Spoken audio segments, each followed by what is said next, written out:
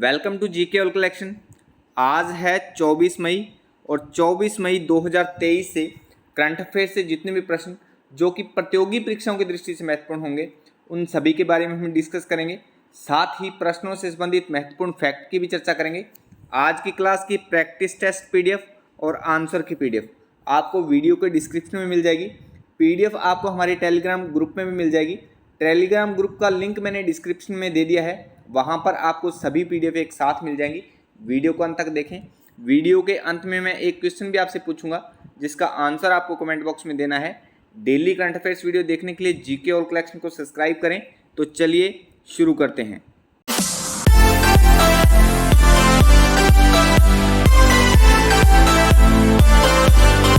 कौन सा देश भारत की यूपीआई प्रणाली अपनाने का गंभीरता से मूल्यांकन कर रहा है? तो इसका सही आंसर है ऑप्शन बी, जापान। जापान जो है वो भारत में जो यूपीआई प्रणाली चलती है वह अपनाने पर गंभीरता से मूल्यांकन कर रहा है। तो इसके बारे में थोड़ा और विस्तार से जान लेते हैं। जापान भारत की यूपीआई प्रणाली अपनाने का गंभीरता से मूल्यांकन कर रहा है क्योंकि दोनों सरकारें इंटर ऑपरेबिलिटी बनाकर डिजिटल सहयोग को बढ़ावा देने पर विचार बना रही हैं, जहां डिजिटल भुगतान प्रणाली सीमा पार भुगतान में आसानी ला सकती है। अच्छा, इसमें हमने भारत और जापान की बात की है, तो मानचित्र में देखिए, पहले भारत के बारे में देख लेते हैं। मानचित्र में ये यहाँ पर भारत की स्थिति है। भारत की राजधानी नई दिल्ली है, सबसे बड़ा शहर मुंबई है, राष्ट्रपति द्रौपदी मुर्मू है, उपराष्ट्रपति जगदीप धनखड़ हैं, प्रधानमंत्री नरेंद्र मोदी हैं, मुख्य न्यायाधीश धनंजय चंद्रचूड़ हैं, लोकसभा अध्यक्ष ओम बिरला हैं, विधानमंडल भारतीय संसद है, ऊपरी सदन राज्यसभा है, निचला सदन लोकसभा है, स्वतंत्रता यूनाइटेड किंगडम से है और अधिराज्य 15 अगस्त 1947 को भारत आज़ाद हुआ, गणराज्य 26 जनवरी 1950 को, क्षेत्रफल 32,87,263 वर्ग किलोमीटर और वाहन जो हैं वो बाईं तरफ चलते हैं, लेफ्ट साइड चलते हैं। तो इतनी जानकारी आप भारत से ध्यान में रखिए। जब भी किसी विशेष स्थान, राज्य या किसी देश की बात आती है तो उसके बारे में हम इतनी जानकारी पढ़ते हैं। इस प्रश्न में हमने भारत और जापान की बात की है, तो भारत और जापान दोनों के बारे में हम देखेंगे। जापान के बारे में देखिए, ये यहाँ पर विश्व मानचित्र में जापान की स्थिति है। जापान की राजधानी टोक्यो है, सरकार संसदीय प्रणाली व संवैधानिक राजतंत्र है, सम्राट नारुहितो है, प्रधानमंत्री फूमियो किशिदा है, विधानमंडल राष्ट्रीय डाइट है, उच्च सदन हाउस ऑफ काउंसिलर्स हैं, निम्न सदन प्रतिनिधि सभा है, मुद्रा जापानी येन है और वाहन बाईं तरफ चलते हैं, दूरभाष कोड जो है वो +81 है। तो इतनी जानकारी आप जापान के बारे में भी ध्यान में रखिए। चलिए चलते हैं next. International day to end obstetric fistula कब मनाया गया? तो इसका सही आंसर है ऑप्शन सी। ये डे मनाया गया है 23 मई को। 23 मई को सी ऑप्शन सही हो जाएगा। इसके बारे में जान लेते हैं। और 23 मई को प्रसूति फिस्टुला को समाप्त करने के लिए अंतर्राष्ट्रीय दिवस मनाया जाता है। प्रसूति फिस्टुला के बारे में जान लेते हैं। प्रसूति फिस्टुला एक विनाशकारी प्रसव चोट है जो महिलाओं के लिए आजीवन शारीरिक और सामाजिक समस्याएं पैदा कर सकती हैं। जब एक महिला लंबे समय तक और कठिन श्रम का अनुभव करती है तो बच्चे के सिर का दबाव उत्तक क्षति का कारण बन सकता है, जिससे फिस्टुला हो सकता है। तो ये है फिस्टुला। इस प्रश्न से इतनी जानकारी आप ध्यान में रखिए। चलिए चलते हैं नेक्स्ट। हाल ही में निजी इक्विटी क्षेत्र की किस दिग्गज कंपनी ने 52.5 करोड़ डॉलर के उद्यम मूल्य पर आईजीआई का अधिग्रहण किया है? तो अभी ब्लैकस्टोन जो कंपनी है उसने 52.5 करोड़ डॉलर के उद्यम मूल्य पर आईजीआई का अधिग्रहण किया है, ब्लैकस्टोन ने। चलिए इसके बारे में और जान लेते हैं। निजी इक्विटी क्षेत्र की दिग्गज कंपनी ब्लैकस्टोन ने बताया कि उसने 52.5 करोड़ से अधिक उद्यम मूल्यों पर इंटरनेशनल जेमोलॉजिकल इंस्टीट्यूट आईजीआई का अधिग्रहण किया है। अच्छा, आईजीआई का मुख्यालय बेल्जियम में है। ब्लैकस्टोन के बारे में जान लेते हैं। स्थापना 1985 में हुई ब्लैकस्टोन की। संस्थापक स्टीफन ए श्वार्ज़मैन और पीटर जॉर्ज पीटरसन। मुख्यालय न्यूयॉर्क अमेरिका में है। अध्यक्ष जोनाथन डी ग्रे। तो इतनी जानकारी आप ब्लैकस्टोन के बारे में ध्यान में रखिए और इस प्रश्न से भी। चलिए चलते हैं नेक्स्ट। जेवलिन रैंकिंग में विश्व स्तर पर भारत के नीरज चोपड़ा ने कौन सी रैंक हासिल की है? तो अभी नीरज चोपड़ा ने नंबर 1 रैंकिंग हासिल कर ली है। पहली बार नंबर 1 रैंकिंग हासिल की है उन्होंने। ए ऑप्शन सही हो जाएगा। चलिए इसके बारे में और जान लेते हैं। टोक्यो ओलंपिक के स्वर्ण पदक विजेता नीरज चोपड़ा ने पहली बार जेवलिन में नंबर 1 हासिल की है। नीरज चोपड़ा 1455 अंकों के साथ शीर्ष पर हैं और ग्रेनाडा के एडरसन पीटर्स से 22 अंक आगे हैं। तो इस प्रश्न से इतनी जानकारी आप ध्यान में रखिए। हाल ही में शिक्षा मंत्रालय और किस संस्था ने व्यावसायिक शिक्षा और कार्य संक्रमण की मजबूती के लिए एक अनूठी वर्कशॉप आयोजित की है?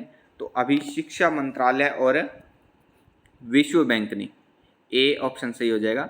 शिक्षा मंत्रालय और विश्व बैंक ने यह जो अनूठी वर्कशॉप है आयोजित की है। इसके बारे में और जान लेते हैं। शिक्षा मंत्रालय और विश्व बैंक ने स्टार्स कार्यक्रम के तहत स्कूल टू वर्क ट्रांजिशन पर एक अनूठी वर्कशॉप आयोजित की है। इसका उद्देश्य शिक्षा की गुणवत्ता में सुधार के लिए विभिन्न हस्तक्षेप प्रदान करना है और समग्र शिक्षा योजना का एक हिस्सा है। अच्छा, इसमें हमने विश्व बैंक की बात की है, तो विश्व बैंक है जो बहुत ही महत्वपूर्ण संस्था है। इसके बारे में देखिए। विश्व बैंक की स्थापना जुलाई 1944 को हुई। मुख्यालय वाशिंगटन डीसी अमेरिका में है। प्रेसिडेंट डेविड माल्पस हैं। सीईओ अंशुला कांत हैं। मुख्य अर्थशास्त्री पेनी गॉट्सबर्ग हैं। तो इतनी जानकारी आप विश्व बैंक के बारे में ध्यान में रखिए और इस प्रश्न से भी। चलिए चलते हैं नेक्स्ट। हाल ही में विश्व कछुआ दिवस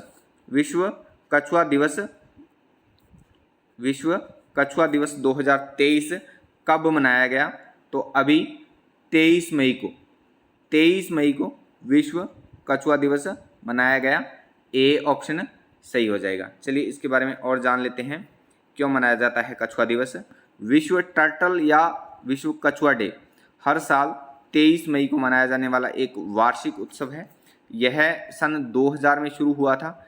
यह अमेरिकन टार्टोइस रेस्क्यू द्वारा आयोजित किया जाता है। यह दिन वार्षिक रूप में मनाया जाता है ताकि लोग कछुओं की रक्षा कर सकें और उनके लापता हो रहे आवासों की रक्षा कर सकें। तो यह पर्पज है इस दिन को मनाने का। नेक्स्ट है, हाल ही में टीसीएस ने किसके साथ जनरेटिव एआई साझेदारी की घोषणा की है? तो अभी गूगल क्लाउड के साथ टीसीएस ने यह साझेदारी की घोषणा की है। इसके बारे में और जान लेते हैं। टाटा कंसल्टेंसी सर्विसेज टीसीएस ने गूगल क्लाउड के साथ एक बड़ी साझेदारी के साथ टीसीएस जनरेटिव एआई एक नई शुरुआत की घोषणा की है। कंपनी ये देखना चाह रही है कि जनरेटिव एआई किसी खास बिजनेस से जुड़े काम को कैसे आसानी से और बेहतर ढंग से कर सकती है। तो इस प्रश्न से इतनी जानकारी आप ध्यान में रखिए। हाल ही में टीसीएस ने किस कंपनी से 15,000 करोड़ रुपए का ऑर्डर हासिल किया है? तो टीसीएस ने अभी बीएसएनएल से 15,000 करोड़ रुपए का ऑर्डर हासिल किया है। तो इस प्रश्न से अपने और जान लेते हैं इस प्रश्न के बारे में। देश की सबसे बड़ी software company Tata consultancy services TCS ने बीएसएनएल से 15,000 करोड़ रुपए का ऑर्डर हासिल किया है। बीएसएनएल देश भर में 4G नेटवर्क लॉन्च करना चाहती है और इसके लिए उपकरण की आपूर्ति करने के हिसाब से टीसीएस को यह ठेका दिया है। अच्छा, टीसीएस के बारे में हमने 2 प्रश्नों में बात की है, तो टीसीएस के बारे में देखिए। टीसीएस की जो मूल कंपनी है वो टाटा समूह है। स्थापना 1 अप्रैल 1968 को हुई। टीसीएस की स्थापना 1 अप्रैल 1968 को हुई। इसके संस्थापक जो हैं वो फकीर चंद कोहली और जहांगीर रतनजी दादाभाई टाटा हैं। मुख्यालय इसका मुंबई, महाराष्ट्र, भारत में है। तो इतनी जानकारी आप टीसीएस से भी ध्यान में रखें, महत्वपूर्ण संस्था है, कंपनी है, और इस प्रश्न से भी ध्यान में रखिए।